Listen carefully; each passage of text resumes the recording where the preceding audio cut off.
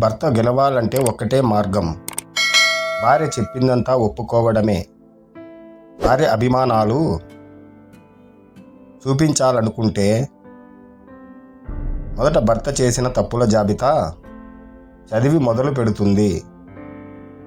భర్తకు ఏనాడు అంతిమ మాట చెప్పే అవకాశమే ఉండదు. భార్య సమాధానం అప్పటికే సిద్ధంగా ఉంటుంది. భర్త ప్రశాంతంగా ఉండటం భార్యకు ప్రశ్నల సమాధానంగా మారుతుంది. భర్త నోరు తెరిస్తే భార్యకు అదే గొడవ ప్రారంభమైన సంకేతం. భర్తకు జీవితం సంతోషంగా ఉండాలంటే భార్యకు ఎప్పుడు సరేనని చెప్పడం మొదలు పెట్టాలి. భర్త ఎన్ని నిజాలు చెప్పినా భార్య ఎల్లప్పుడూ ఇంకా ఏదైనా చెప్పు అని అడుగుతుంది. భర్త పనిలో ఒప్పందంలాగా భార్య ప్రతి పనిలో నియంత్రణలాగా ఉంటుంది. భర్త చెప్పిన ప్రతి మాటలో తప్పు కనుగొనడం భార్యకు పుట్టుకతో వచ్చిన నైపుణ్యం. భర్త వాదనను గెలవడానికి భార్యకు ఒక చూపు చాలు. భార్య ఎంత సైలెంట్గా ఉంటే భర్తకు అంత భయం పెరుగుతుంది. భర్త ఏదైనా తప్పు చేస్తే భార్య ఆగకుండా చెప్పడం మొదలు పెడుతుంది. కానీ అదే విషయాన్ని భర్త గుర్తు చేస్తే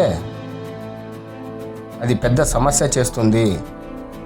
భార్య గొడవలో విజయం పొందిన భర్త ఇప్పటి వరకు చరిత్రలో ఎవరూ చూడలేదు.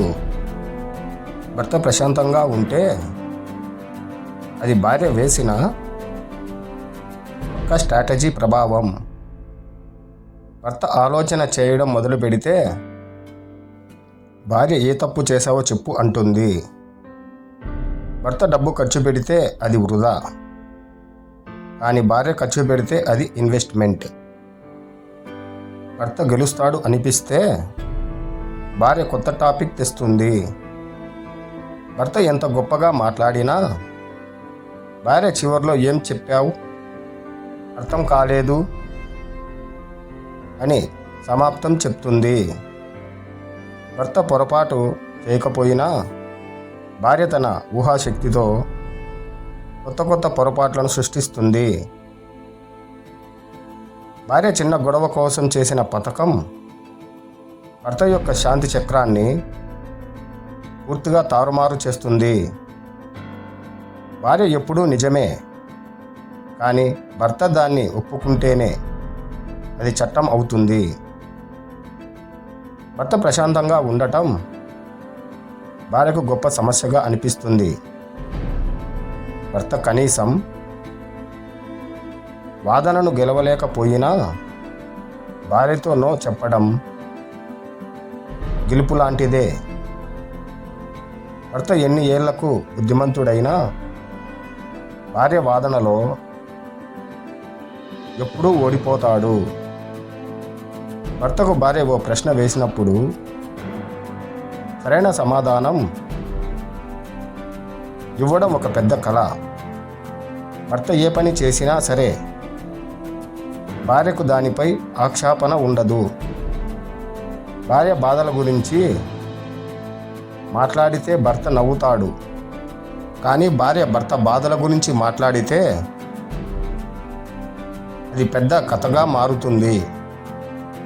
భర్త ఎదుట సూర్యుడు ఉదయించకపోయినా పర్లేదు, భార్య ప్రశ్నలు మాత్రం ప్రతి ఉదయం మొదలవుతాయి.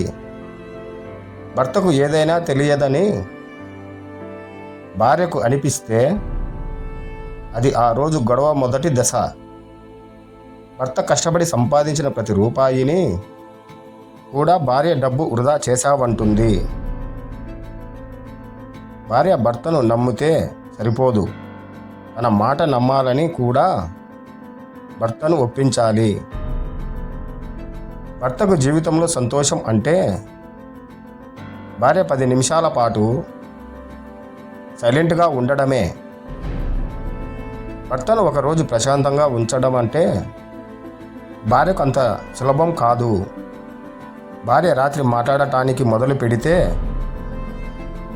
భర్త నిద్ర గురించి త్యాగం చేయాల్సిందే.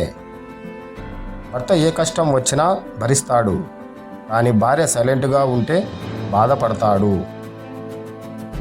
భార్యకు గెలుపు అంటే ఆమె మాటకు భర్తను చెప్పలేకపోవడం.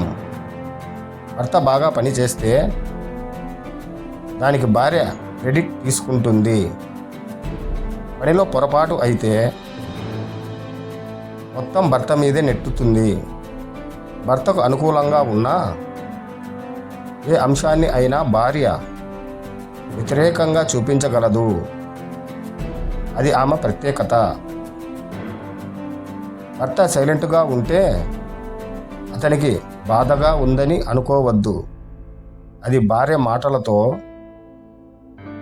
విసిగిపోయిన ఫలితం మాత్రమే.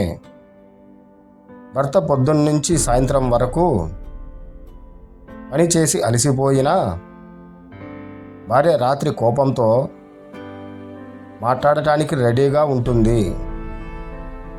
భర్త మాట వినని భార్య అయితే తన మాట వినాలని భర్తకు పదే పదే చెప్పేది కూడా భార్యే. భార్యకు జీవితంలో మొదటి లక్ష్యం భర్తను ప్రేమించడం, రెండవది అతనిని కోపగించుకోవడం. భార్యకు మంచి రోజులంటే భర్త గొడవ పడకుండా ఒప్పుకునే రోజులు. భార్యకు ఉన్న మహాశక్తి ఏమిటంటే భర్తకు ప్రతి మాట తాను గెలిచినట్లు అనిపించడం. భర్త చేసిన పని ఎంత సరైనదైనా భార్య దానిలో తప్పును కనిపెట్టడమే ఆమె కళ. భార్యకు సరైన సమాధానం చెప్పిన భర్త చరిత్రలో ఇప్పటి వరకు లేనే లేరు. భర్త సంతోషంగా ఉంటే అది తాత్కాలికం. భార్య సంతోషంగా ఉంటే అది భర్త ఖర్చు మీద ఆధారపడి ఉంటుంది. భర్తను జయించడంలో, భార్య ప్రతిభలో ఎవరూ పోటీ పడలేరు. పెళ్ళైన తర్వాత భర్త జీవితంలో ఎక్కువగా వినిపించే 2 మాటలు అయితే నీ వల్లనే మరియు సారీ నా తప్పు. భర్తకు కావలసింది కాసంత ప్రశాంతత, కానీ భార్యకు కావలసింది సర్వాధికారం.